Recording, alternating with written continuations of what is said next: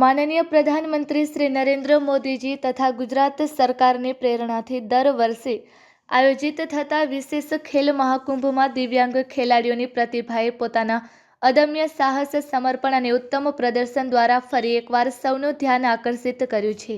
આ જ ક્રમમાં શ્રી પરાક્રમસિંહ કનુભા ગોહિલના કુશળ નેતૃત્વ હેઠળ વોરિયર ભાવનગર ટીમે પેરા સેટિંગ વોલીબોલની રાજ્ય સ્તરીય સ્પર્ધામાં સમગ્ર ગુજરાત રાજ્યની 19 ટીમો સાથે કડક સ્પર્ધા બાદ રજત પદક પ્રાપ્ત કરી ભાવનગરનું ગૌરવ વધાર્યું છે. આ સ્પર્ધા પેરા સ્પોર્ટ્સ એસોસિએશન ગુજરાતની આગેવાની હેઠળ સ્પોર્ટ્સ કોમ્પ્લેક્સ મરેડા ભાગોળ નડિયાદ ખાતે તારીખ 2 જાન્યુઆરી 2026 થી 5 જાન્યુઆરી 2026 દરમિયાન આયોજિત કરવામાં આવી હતી.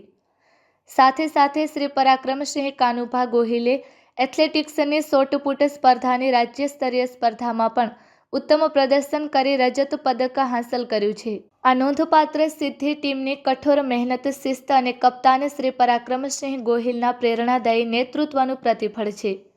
ગૌરવની વાત એ છે કે દિવ્યાંગ કર્મચારી શ્રી પરાક્રમસિંહ કાનુભા ગોહિલ હાલ પશ્ચિમ રેલવે ભાવનગર મંડળના મંડળ રેલ પ્રબંધક કાર્યાલયમાં વાણિજ્ય વિભાગ હેઠળ મુખ્ય વાણિજ્ય ક્લાર્ક તરીકે ફરજ બજાવી રહ્યા છે.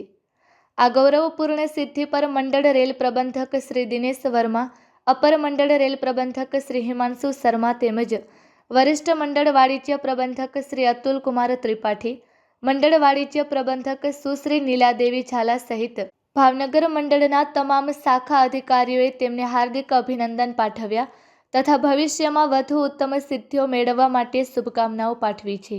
Report by Ejaz Shaikh, Bhavnagar.